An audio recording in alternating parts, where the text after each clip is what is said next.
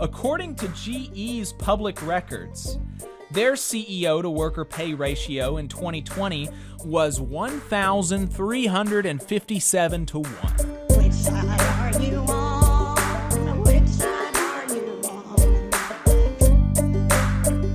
Here's another Alabama labor story that is, it's going to break your heart. It's going to break your heart. GE workers in Auburn who filed their petition to unionize with the IUE-CWA last month withdrew their petition last week, meaning they will not be moving forward with an election at that plant.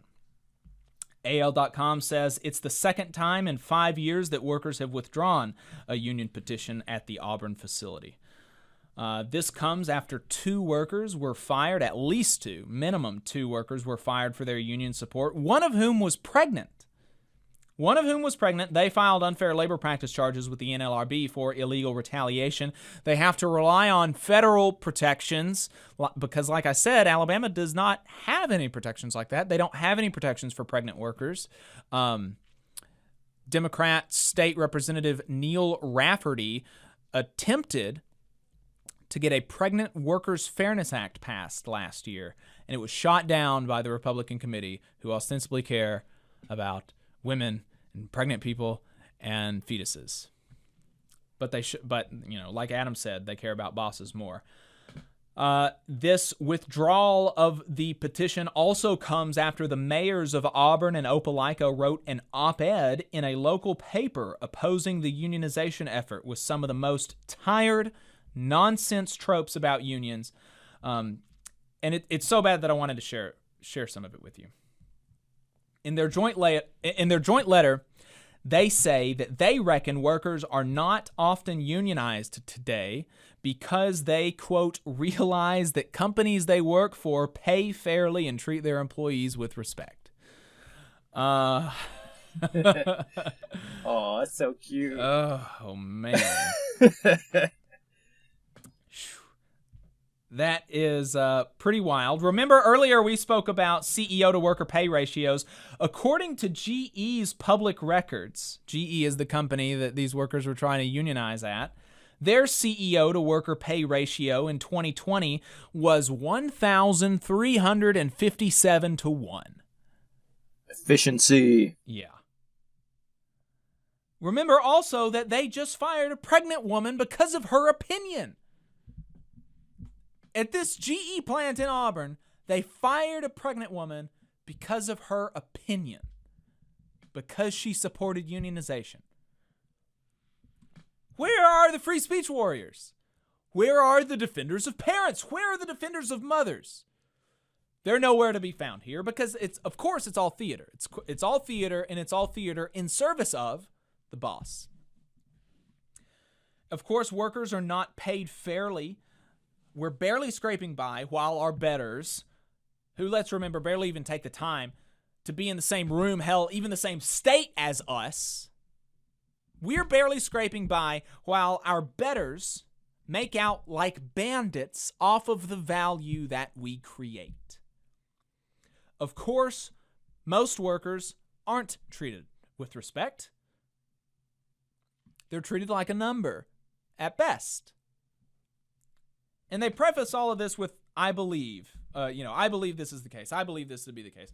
And this, I think, with the rest of the article and how out of touch it is, just really makes me think that they did not talk to a single worker in this plant about their feelings before running their op-eds. But of course, why would somebody like them talk to one of the little people, right? Why would a mayor of Auburn, why would the mayor want to talk to just a measly worker? They end the op-ed by saying, quote, "It would be a shame for a union to try to dictate how the company operates in this ultra-competitive environment."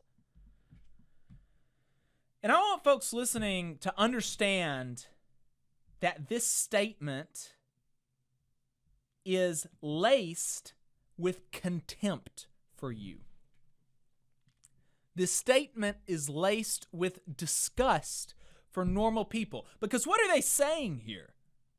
They're saying that it would be bad for the people doing the work, which is who the union would be, right? If they formed one there, the people doing the work would be who the union is made up of. it would be a shame for the people doing the work to have a say. It would be a shame. They want you to put your head down. They don't want you to talk back. Just do what you're told, accept the lashes. The important people in New York and D.C. and in Montgomery, they know better than you backwards hicks, so just do what you're told and run along. I mean, that's what they're saying here explicitly. That's explicitly what they're saying here. And so they got what they want for now. But hopefully at some time in the future, these folks are going to be able to find the courage to fight back. Because I think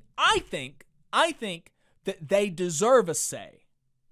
I do think that they ought to have some control over the place where they spend the majority of their waking lives. I don't think that would be a shame, actually.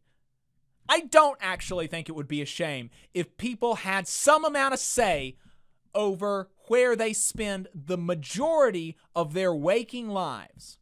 I think that would be the bare minimum.